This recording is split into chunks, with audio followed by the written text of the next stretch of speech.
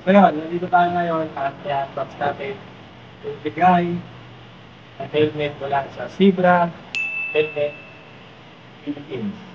So, let's go. Buksan na natin. Eto na. Helmet.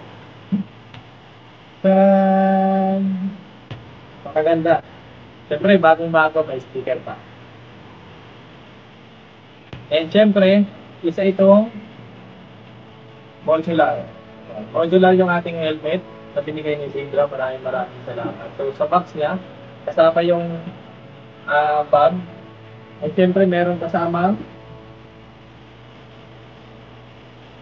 smoke visor. Grabe, ang ganda na ito. Yan. Ganda. Yung ano niya, lock. Meron siyang lock sa baba para angat. Size nito ay medium.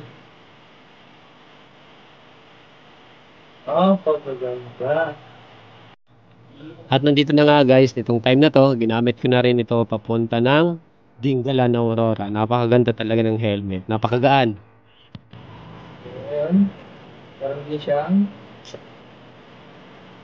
quick release na strap. Ayan. Tapos meron din siyang lock dito. Itong lock na to para hindi siya pag ito naka-lock, eto, tataas lang natin ito. Ayan. Para hindi na siya may bababa. Naka-steady lang siya para siyang half-face. Ayan. Pero pag once ibaba natin itong nasa gilid na to, ayan, pwede na siyang maging 20. Yan. And syempre dual visor na rin siya.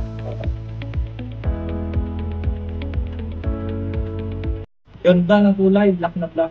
Glossy black. Ayan. Quick release.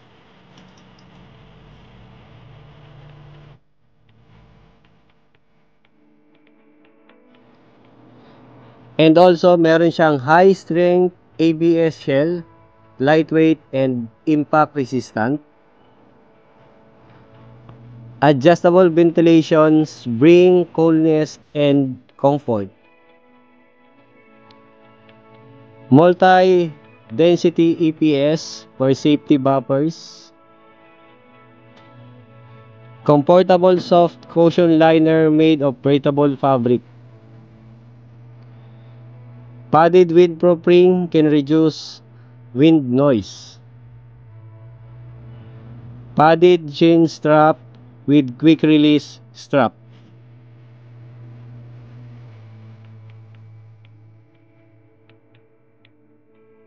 So available na rin yan. Nasa mismo page ng Zebra Helmet Philippines.